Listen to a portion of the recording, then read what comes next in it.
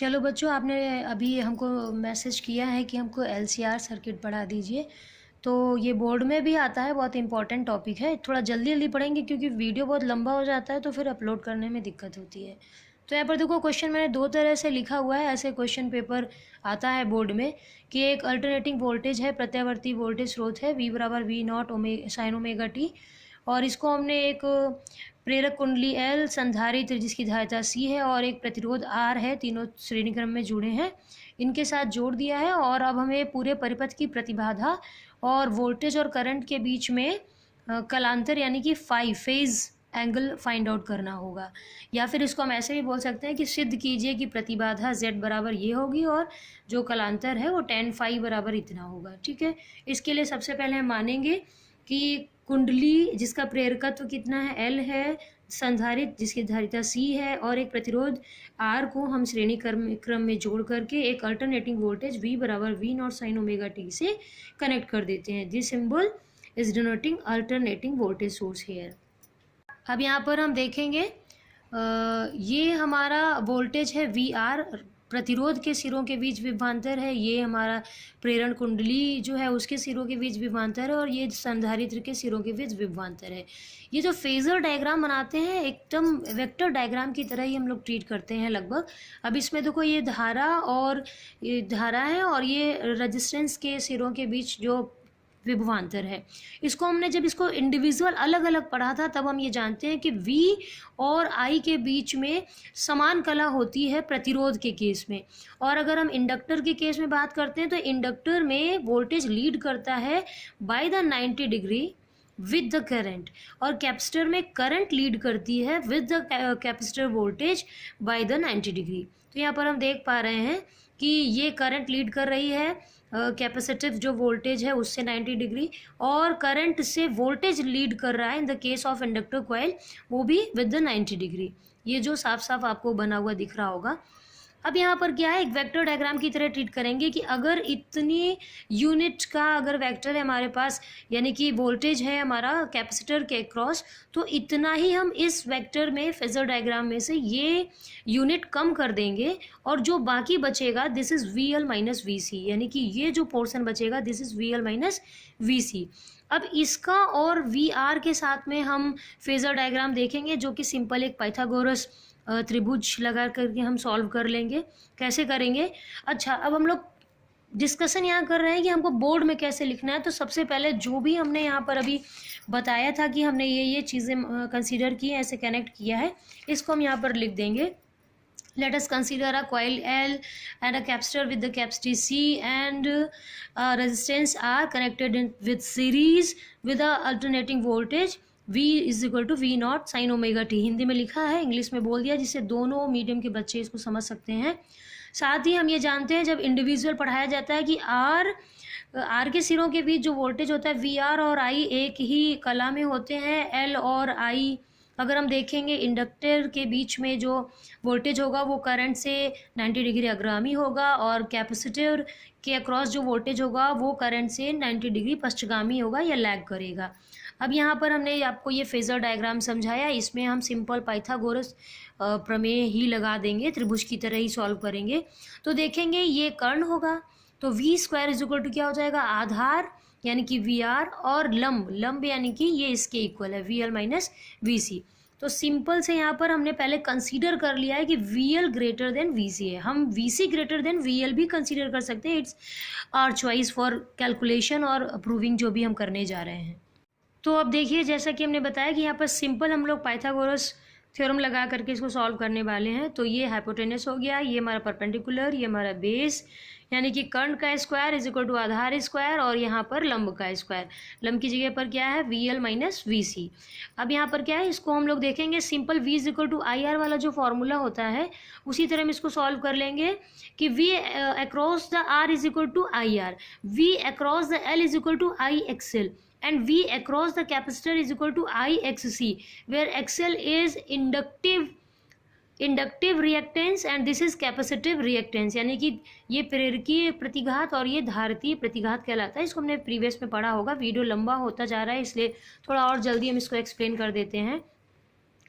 अब बस यहाँ पर सबको v is equal to I R रख देंगे, आई एक्स एल रख देंगे, आई एक्स सी रख देंगे और आई कॉमन ले लेंगे। सब में से आई कॉमन होके बाहर आ गया, इसको इस पक्ष में भेज देंगे, डिनोमिनेटर में आ जाएगा। फिर हम इस स्क्वायर को हटा देंगे, ओवरऑल करके हम इसको अंडर रूट निकालेंगे तो ये स्क्वायर हट जाएगा और ये पूरा टर्म जो है वो स्क्वायर रूट के अंदर आ जाएगा। अब ये v अपॉन आई जो आएगा ये सिंपल फॉर्म में this is the total resistance term ही होगा। एक तरह से ये विरोध है धारा के लिए परिपथ में, जिसको हम लोग यहाँ पर कलेक्टिवली प्रतिबाधा या इम्पिडेंस कहते हैं। तो z is equal to V upon I हो जाएगा which is under root R square plus XL minus X C का होल स्क्वायर। अब यहाँ पर XL is equal to omega L होता है, जो पहले टॉपिक्स में हम लोग पढ़ चुके हैं। X C is equal to 1 upon omega C होता है। इनकी वैल्यूज उठा करके बस यहाँ पर हम पुट कर देंगे, एक्स सी की जगह 1 अपॉन ओमेगा सी, एक्सएल की जगह ओमेगा एल। तो इससे ये हमारी प्रतिबाधा प्रूफ हो गई जो क्वेश्चन में पूछी गई थी। और नहीं भी ऐसे लिख के देगा तो भी हमको पता होना चाहिए हमको यही प्रूफ करना है। इसके बाद में हमने क्या निकालना है, कलांतर निकालना है वोल्टेज और करंट के बीच में। तो फिर से हम फेजर डायग्राम देख लेंगे। ये हमारा फाइनल वोल्टेज V है और ये हमारी करंट I है। इनके बीच में ये जो एंगल बन रहा है दिस इज फेजर एंगल और यही कलांतर हमको फाइंड करना है। अब यहाँ पर हम क्योंकि एक राइट एंगल ट्रायंगल की ही बात कर रहे हैं, जैसा हम लोग ये लंब है ये आधार है, तो जब हम लोग पढ़ते हैं लाल बटे कक्का उसमें लाल मतलब लंब और कक्का लास्ट में आधार, ये tan थीटा का रिलेशन बन के आता है। तो यहाँ पर हम निकाल लेंगे tan phi is equal to लंब, लंब मतलब V L minus V C और आधार मतलब वी आर।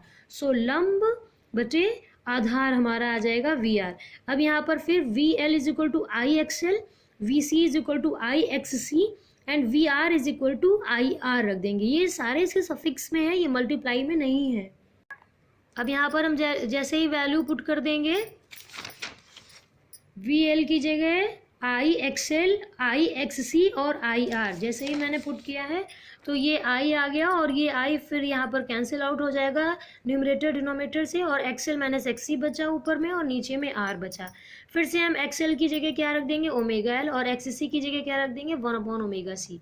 तो tan phi is equal to क्या आ गया omega L minus 1 upon omega C upon R. Phi निकालेंगे तो हम इसको tan इनवर्स के टर्म्स में भी लिख सकते हैं, वही फॉर्मूला है पूरा एज इट इज आ गया विद इन ब्रैकेट। अब यहाँ पर स्पेशल कंडीशन है, पूछा जाए तो आप जैसा क्वेश्चन पूछा है उसमें यहीं तक लिखना है, लेकिन कभी कभी अनुनाद की स्थिति भी पूछ देते हैं, इससे रिलेटेड न्यूमेरिकल भी आ जाता है इसी में अटैच होकर के, तो हम अनुनाद की स्थिति भी देख लेते हैं। इसमें X C is equal to XL होता है, यानी कि XL is equal to X C होगा, यानी कि ओमेगा एल बराबर होगा 1 अपॉन ओमेगा सी के। इस कंडीशन में अगर हम इन जो दो फॉर्मूला हमने ड्राइव किया है यहाँ पर ये दोनों इक्वल हो जाएंगे तो ये दोनों कट के 0 आ जाएंगे, tan फाई बराबर 0 आ जाएगा, तो फाई बराबर हमारा क्या आ जाएगा 0 आ जाएगा। और ये जो इम्पिडेंस का फॉर्मूला है अगर यहाँ पर हम इन दोनों को इक्वल रख देंगे, एक्सएल और एक्स सी को बराबर कर देंगे तो ये 0 हो जाएगा और ये आर स्क्वायर बचेगा जो अंडर रूट अगर इसका निकालेंगे तो स्क्वायर टर्म हट जाएगा, तो हमारे पास जेड कितना निकल के आ जाएगा सिर्फ आर के बराबर होगा। इस कंडीशन में जो हमारा प्रतिबाधा होता है वो न्यूनतम होता है और जेड मिनिमम यानी कि मिनिमम इम्पिडेंस होता है आर के बराबर। और इस फॉर्मूले में जैसे ही हम एक्सएल और एक्स सी को इक्वल पुट करेंगे तो ये हमारा tan फाई किसके बराबर आ जाएगा 0 के, जिससे कलांतर क्या आ जाएगा 0 के बराबर आ जाएगा। फिर से अगर हम देखें एक और इम्पॉर्टेंट फॉर्मूला यहाँ ड्राइव होता है कि XL is equal to X C होगा अनुनाद की स्थिति में, यानी कि ओमेगा एल बराबर 1 अपॉन ओमेगा सी होगा।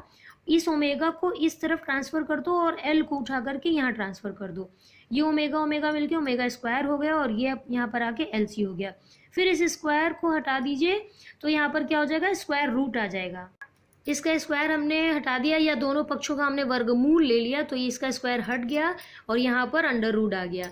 अब इस ओमेगा को क्योंकि हमें फर्स्ट ईयर से ही पढ़ रखा है ओमेगा बराबर 2 पाई एन होता है, यहाँ पर हम ओमेगा बराबर 2 पाई एफ रख रहे हैं फ्रीक्वेंसी के लिए और ये रेजोनेंस कंडीशन है इसलिए हमने सफिक्स में आर लगा दिया है। 2 pi F R is equal to 1 upon under root L C या F R is equal to 1 upon 2 pi under root 1 upon under root L C हो जाएगा, जहाँ पर एफ आर जो है अनुनादी आवृत्ति या रेजोनेंस फ्रीक्वेंसी कहलाती है। अगर हम आवृत्ति और धारा के बीच में ग्राफ या वेरिएशन देखेंगे तो हम पाएंगे कि आई मैक्सिमम होता है रेजोनेंस फ्रीक्वेंसी के टाइम पर, और जो प्रतिबाधा होती है वो मिनिमम होती है, और मिनिमम किसके बराबर होती है, आर प्रतिरोध जो सर्किट में लगा होता है उसके बराबर होती है। कब, रेजोनेंस फ्रीक्वेंसी पर।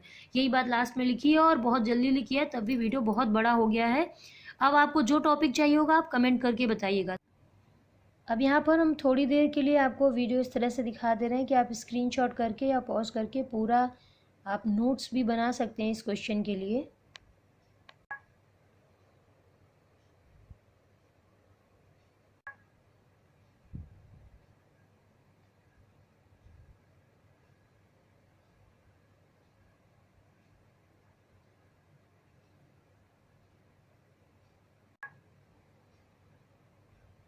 यहाँ पर जो रेजोनेंस कंडीशन हमने लिख दी है, ये जो क्वेश्चन मैंने स्टार्टिंग में दिया उसमें पूछा नहीं गया है, लेकिन कभी कभी इसमें ये कंडीशन भी स्पेशली पूछ ली जाती है, तो मैंने और लिख दिया है। आप इसको अलग से भी पूछा जा सकता है, इसमें भी अटैच होकर के ये चीज़ आ सकती है, तो मैंने साथ में ही इसको समझा दिया है। ये पूरा पॉज करके आप पूरे नोट्स इस क्वेश्चन का बना सकते हैं, लॉन्ग क्वेश्चन आता है। इस तरह से ये फाइनल रेजोनेंस फ्रीक्वेंसी तक पूरा टॉपिक कंप्लीट हुआ।